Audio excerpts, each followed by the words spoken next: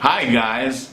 The verb to take is used often in many ways in English, but especially in business because it's an action verb. So let's review how take is used. These are very common expressions, but they're not always well taught in high school and university English courses. So one is take off. If something takes off, it's successful. And this comes from aviation and planes. The plane is on the runway and revs up those motors, and takes off means goes into the sky to the next destination. So if you say, my business is really starting to take off, that means it's successful. It's gained altitude, or it's become more successful, just like a plane leaving the runway. The opposite is to take a bath. Take a bath usually means splish splash, I was taking a bath, when you're in the bathtub. But in this case, it means to fail.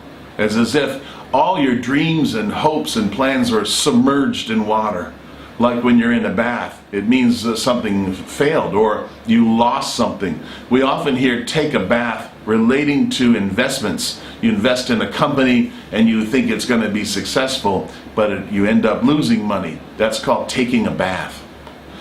Take advantage of. To take advantage of can mean two things.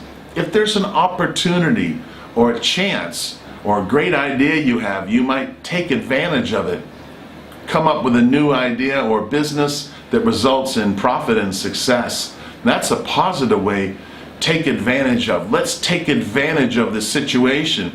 There's no one really providing an app that people can use to solve this problem, and that can be positive. But if you're taken advantage of, that means someone exploits you or uses you to your disadvantage, and they take advantage, meaning they're taking something away from you. My boss told me he needed me to work late. He took advantage of me because he didn't want to do the work himself. That means he may have been untruthful or deceitful. To take advantage of someone does happen, but it's not a good thing if it happens to you. Another one is to take over. That means to assume something or begin to control something. I want you to take over responsibility for this project, meaning I want you to be the head of it and to manage it. A takeover is also a term used in business when one company buys another. The IBM Corporation is going to take over Minisoft and own the business and incorporate it into the big company IBM. So to take over means that one company buys another. And lastly is takeaway. When I hear takeaway, I think of delicious food. Takeaway is when you order food from a restaurant and you eat it somewhere else, when you bring it home. But but what's the takeaway is a phrase that's used in business to mean, what am I supposed to learn from this? What am I going to take away in knowledge in my mind?